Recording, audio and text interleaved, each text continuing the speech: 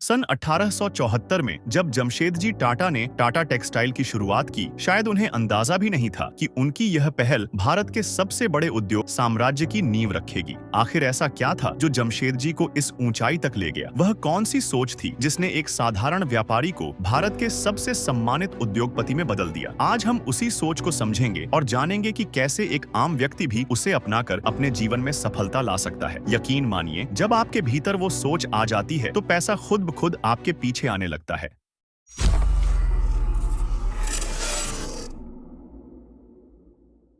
उस समय भारतीय उद्योग में न तो बड़े निवेशकों का समर्थन था और न ही आधुनिक तकनीक की पहुंच, लेकिन जमशेदजी ने भारतीय समाज की एक जरूरत को पहचाना, बेटर प्रोडक्ट्स और सुविधाएं। उन्होंने ठान लिया कि वे भारतीय उद्योग को इस कमी से मुक्त करेंगे और देशवासियों को हाई क्वालिटी प्रोडक्ट्स देंगे। इसके लिए 1877 में उन्होंने नागपुर में इम्प्रेस मिल की स्थापना की और उस समय के इंडस्ट्रियल स्टैंडर्ड से कहीं आगे बढ़ते हुए अपने कर्मचारियों के लिए पेंशन, मेडिकल इंश्योरेंस और फैमिली डेज जैसी सुविधाएं शुरू की। यह कदम उनके कर्मचारियों के जीवन में सकारात्मक बदलाव लाने का था, न कि सिर्फ मुनाफा कमाने का। उनके इस वैल्यू बेस्ड दृष्टिकोण ने टाटा को उद्योग जगत में एक बेंचमार्क बना दिया और यही हमारा आज का विषय है, वैल्यू। इस सोच को समझने से पहले हमें यह समझना होगा कि आखिर पैसा और वैल्यू में अंतर क्या है। पैसा एक साधन है जो हमें चीजें खरीदने की क्षमता देता है, लेकिन वैल्यू वह है जो हमें इस पैसे के बदले में मिलता है, यानी उस चीज का हमारे जीवन में महत्व। वैल्यू हमें तभी मिलती है जब कोई चीज हमारे लिए उपयोगी हो और इसी वैल्यू को दूसरों तक पहुंचाने पर हमें उसकी कीमत पैसे के रूप में मिलती है। उदाहरण के लिए, एक कार की वैल्यू एक कैब ड्राइवर के लिए रोजगार का साधन है, जबकि दूसरों के लिए वह केवल यात्रा का साधन है। इसलिए उस कार की वैल्यू एक कैब ड्राइवर के लिए कहीं अधिक हो जाती है। जब हम किसी के लिए काम करते हैं तो हमें जो तनख्वाह मिलती है वह हमारी प्राइस या कीमत होती है, जबकि हमारा काम उनके लिए वैल्यू होता है। पैसे की सोच केवल एक नंबर पर केंद्रित होती है, जबकि वैल्यू की सोच अनगिनत लाभ और लाभकारी योगदान की प्रेरणा देती है, जो हम पैसे के बदले ले या दे सकते हैं। इस छोटी सी सोच के अंतर से सब कुछ बदल जाता है। हमारे जीवन का उद्देश्य खुद को एक बेहतर वैल्यू लेने वाला और देने योग्य व्यक्ति बनना होना चाहिए। वैल्यू लेने के लिए हमें एक समझदार ग्राहक बनना होगा और देने के लिए खुद को ऐसी क्षमताओं से तैयार करना होगा जिससे हम कोई एक काम सबसे बेहतरीन तरीके से कर सकें। शिक्षा में इस सोच का समावेश हमारे दृष्टिकोण को व्यापक बना सकता है।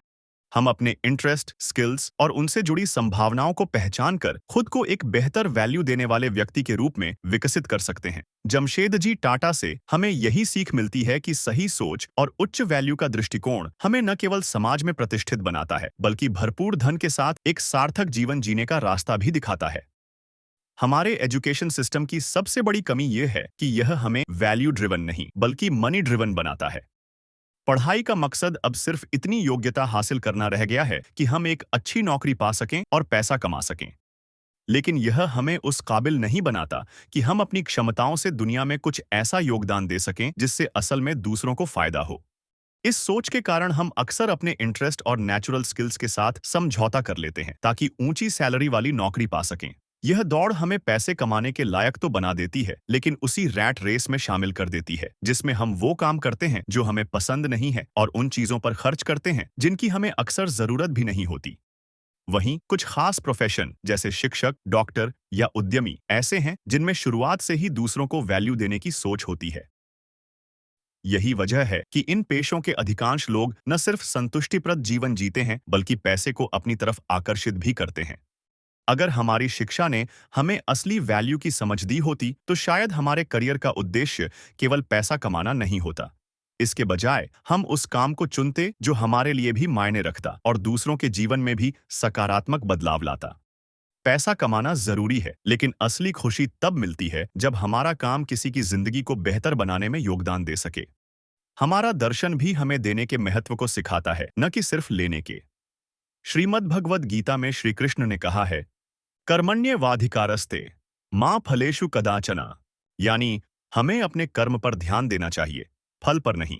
पैसा तो केवल एक फल है, लेकिन कर्म वह है जो हम दूसरों को वैल्यू देने के लिए करते हैं। अगर हम ब्रह्मांड में कहीं भी वैल्यू देंगे तो वह किसी न किसी रूप में लौटकर हमारे जीवन में जरूर आएगी।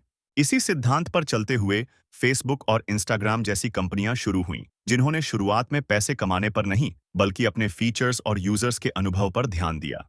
इंस्टाग्राम 2010 में शुरू हुई थी और पहले 3 साल तक उनका कोई रेवेन्यू मॉडल नहीं था। लेकिन अपने यूजर्स के लिए वैल्यू बनाने पर फोकस करने के कारण आज वो करोड़ों डॉलर का प्रॉफिट कमा रही हैं।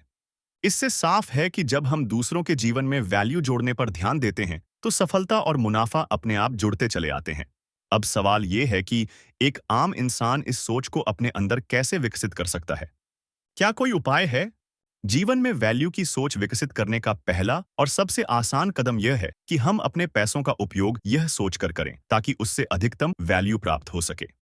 उदाहरण के लिए, जब हम एक मोबाइल फोन खरीदते हैं तो हमें केवल उसके फीचर्स पर ध्यान नहीं देना चाहिए, बल्कि यह भी देखना चाहिए कि वे फीचर्स हमारे जीवन को कैसे आसान बना सकते हैं और क्या वाकई हमें उनकी जरूरत है। यदि वही काम कम फीचर्स वाले फोन से भी हो सकता है तो हमें ज्यादा खर्च करने की आवश्यकता नहीं है। और दूसरा यह कि जब हम किसी गरीब व्यक्ति से कुछ खरीदते हैं तो उसे वाजिब या थोड़ी अधिक कीमत देकर मदद कर सकते हैं। इस तरह हम अपने पैसे का उपयोग केवल वस्तु खरीदने के लिए नहीं, बल्कि उस व्यक्ति के जीवन में सकारात्मक बदलाव लाने के लिए भी कर रहे हैं। ये दो छोटी आदतें एटॉमिक हैबिट का काम करेंगी और हमारे अंदर वैल्यू बेस्ड सोच को विकसित करने के लिए बीज का काम करेंगी। पैसा कमाने की होड़ दुनिया में स्वार्थी लोगों की संख्या बढ़ाती है। इससे दुनिया खूबसूरत नहीं बनती। जबकि वैल्यू देने की होड़ इसे अच्छे लोगों से भरती है, जिससे दुनिया सचमुच बहुत खूबसूरत हो सकती है। जब हम अपने जीवन में दूसरों के लिए वैल्यू बढ़ाने पर ध्यान केंद्रित करते हैं तो न केवल हमारे जीवन में बदलाव आता है, बल्कि हम पूरी दुनिया को एक बेहतर जगह बना सकते हैं। तो क्यों ना हम भी पैसे के पीछे भागने के बजाय वैल्यू के पीछे भागें?